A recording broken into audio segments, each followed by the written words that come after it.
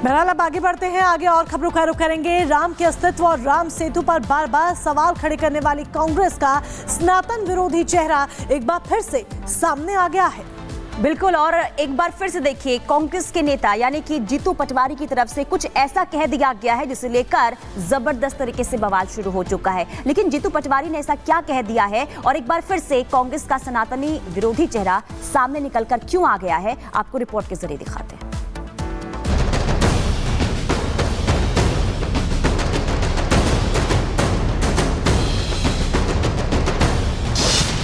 कांग्रेस का सनातन विरोधी चेहरा बेनकाब।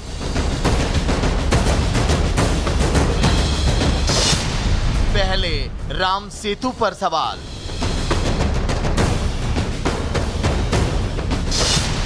अब राम लक्ष्मण और उज्जैन पर बयान।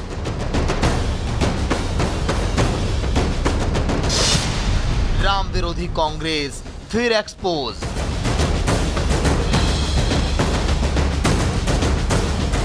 मध्य प्रदेश के मुख्यमंत्री मोहन यादव की ब्रिटेन और जर्मनी की यात्रा को लेकर कांग्रेस के पेट में दर्द हो रहा है। मध्य प्रदेश कांग्रेस प्रमुख जीतू पटवारी यात्रा को लेकर विवादित बयान देकर एक बार फिर अब सुर्खियों में आ गए। कांग्रेस ने मुख्यमंत्री मोहन यादव की ब्रिटेन और जर्मनी की यात्रा को निवेश के नाम पर खुला नाटक करार दिया और तंज कसा कि वह प्रधानमंत्री नरेंद्र मोदी की तरह अंतर्राष्ट्रीय पर्यटक बनना चाहते हैं। जीतू पटवारी यहीं नहीं रुके। जीतू पटवारी ने कांग्रेस का सनातन विरोधी वाला चेहरा एक बार फिर उजागर किया और ये तक कह दिया कि लंदन जाकर सीएम क्या करेंगे, वहां पर इन्वेस्टमेंट की बात नहीं करते, राम लक्ष्मण और उज्जैन की बात करेंगे। अब लंदन क्यों जा रहे हैं, क्या जा रहे हैं, कितने देशों की जा रहे हैं, कोई एजेंडा है क्या? नहीं, बस फटाक से खड़े हुए और लंदन चलो, अब मेरी इमेज वहाँ पे बनाएंगे और वहाँ भी धार्मिक भाषण ही देंगे। आप वहाँ भी उज्जैन के प्राचीन काल और राम और लक्ष्मण की बात करेंगे। सत्तारूढ़ बीजेपी ने पलटवार करते हुए कांग्रेस को विकास विरोधी बताया और कहा कि वह पर्यटन नहीं बल्कि राज्य की बेहतरी के लिए निवेश आकर्षित कर रही है। मोहन यादव 23 नवंबर से 1 दिसंबर तक दोनों यूरोपीय देशों की यात्रा पर रहेंगे। बीजेपी ने साथ ही ये भी कहा कि कांग्रेस अध्यक्ष के इस बयान से समझ आता है कि कांग्रेस का चरित्र राम विरोधी है। इन्हें सनातन से चिढ़ है। ये रामकृष्ण का देश है, हम उनकी बात नहीं करेंगे तो भला कौन करेगा। उन्हें विपक्ष में रहकर राम से इतनी नफरत है, अगर सरकार में आएंगे तो भला क्या करेंगे। ये जो राम है, ये जो श्याम है और ये शिव है, ये हमारी आस्था के केंद्र है। हम जहां जाएंगे वहां इनकी जयकार करेंगे और इनकी जयकार से ही मध्य प्रदेश में आज भाजपा की सरकार है। मैं मध्य प्रदेश वासियों को पुनः आगाह करना चाहता हूं कि जरा इस तरह के नेताओं के बिगड़े बोल सुनिए। जब ये विपक्ष में है तब इतनी हिमाकत करते हैं, अगर ये सत्ता में आ जाते तो मध्य प्रदेश में भी राम श्याम बोलने पर बैन लगा देते। राम पर सियासत और राम के अस्तित्व पर सवाल तो कांग्रेस लगातार उठाती आई है, लेकिन जीतू पटवारी के बयान के बाद कांग्रेस एक बार फिर सनातन के विरोध पर घिर गई। अब ऐसे में कांग्रेस पटवारी के बयान के बाद कैसे अपनी पार्टी का बचाव करती है, ये अब देखने वाली बात होगी। Bureau report, Republic Bharat.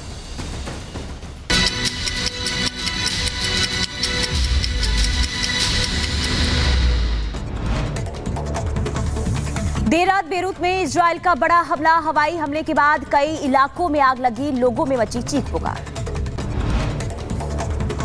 Israeli सेना ने बेरूत के अल मुल्ला मार इलियास इलाके को निशाना बनाया, ताबड़तोड़ कई रॉकेट दागे।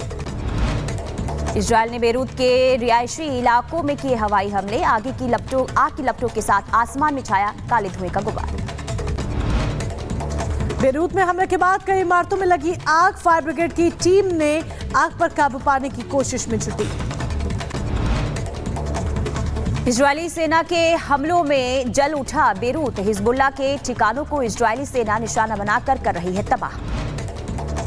हमले के बाद नैमनाल के बुर्ज अल बर्जनेह में एक इमारत जमींदोज हो गई है। हमले की लाइव तस्वीर कैमरे में कैद हुई। 9 मंजिला इमारत कुछ ही सेकंड में ढह गई। इजरायली सेना ने लेबनान के शियाहा को निशाना बनाकर हमला किया। लेबनान और इराक से इजराइल पर ड्रोन अटैक। आईडीएफ का दावा, लेबनान और इराक से ड्रोन अटैक किया गया।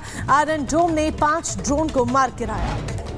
पीएम नेतन्याहू ने मोसाद समेत सभी प्रमुख एजेंसियों के साथ संयुक्त बैठक की। बैठक में बंधकों की रिहाई पर चर्चा हुई। मोसाद प्रमुख ने बंधकों के लिए नए विकल्प पेश करने की बात कही। आईडीएफ ने हिजबुल्लाह के मीडिया प्रमुख अफीक की मौत की पुष्टि की है। कहा सुबह बेरूत में हवाई हमले में हिजबुल्लाह के प्रवक्ता मोहम्मद अफीक को मार गिराया गया। आईडीएफ कमांडर कर्नल तोमर बार ने गाजा पट्टी के जबालिया क्षेत्र का दौरा किया, स्थिति का जायजा लिया। शेख हसीना को लेकर बांग्लादेश की अंतरिम सरकार के चीफ मोहम्मद यूनुस का बयान। कहा भारत से करेंगे शेख हसीना के प्रत्यर्पण की मांग। और ब्रेक के बाद आप सभी का एक बार फिर से बहुत बहुत स्वागत है और बात करेंगे फिल्म साबरमती रिपोर्ट से जुड़ी हुई, क्योंकि फिल्म तो रिलीज हो गई है। प्रधानमंत्री नरेंद्र मोदी ने भी ये फिल्म देखी है, लेकिन इसके साथ ही ये फिल्म विवादों के घेरे में भी आ गई है। पुनीता, बिल्कुल, देखिए मोनिका, ये फिल्म जो है काफी चर्चाओं में है और वजह यह है कि गुजरात की गोधरा कांड पर यह फिल्म बनी है। फिल्म को लेकर लोग काफी तारीफ तो करते हुए नजर आए, क्योंकि विक्रांत मैसी की एक्टिंग जबरदस्त है। लेकिन अब इस फिल्म को लेकर सियासत शुरू हो चुकी है। वजह यह है कि प्रधानमंत्री नरेंद्र मोदी ने पोस्ट किया है और ये कहा है कि सच्चाई सबके सामने आ रही है, जिसके बाद विपक्ष किस तरीके से हमलावर है, रिपोर्ट के जरिए आपको दिखाते हैं। इन दिनों द साबरमती रिपोर्ट फिल्म काफी चर्चाओं में है।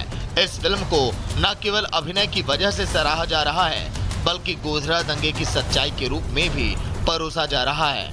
तो क्या द साबरमती रिपोर्ट से सबसे बड़ा खुलासा होगा? क्या गोधरा कांड का सच सामने आने वाला है?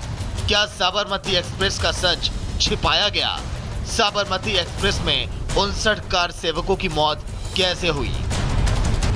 ये कुछ ऐसे सवाल हैं जिनके जवाब अभी भी देश तलाश रहा है। फिल्म के समर्थन और विरोध में पहले से ही बयानबाजी की जा रही थी, लेकिन द साबरमती रिपोर्ट को पीएम मोदी का समर्थन मिलने के बाद सियासी पारा उबाल पर है। गोधरा दंगों पर बनी इस कहानी ने देश के प्रधानमंत्री नरेंद्र मोदी का भी ध्यान अपनी ओर खींच लिया।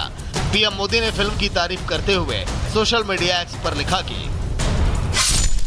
ये अच्छी बात है कि ये सच सामने आ रहा है, और वो भी एक ऐसे तरीके से जिससे आम लोग इसे देख सकें। एक फेक नैरेटिव कुछ समय तक ही चल सकता है, आखिरकार सच्चाई हमेशा सामने आती ही है। इस फिल्म को पीएम के समर्थन के बाद बीजेपी और बीजेपी के सहयोगी दलों का भी भरपूर समर्थन मिल रहा है।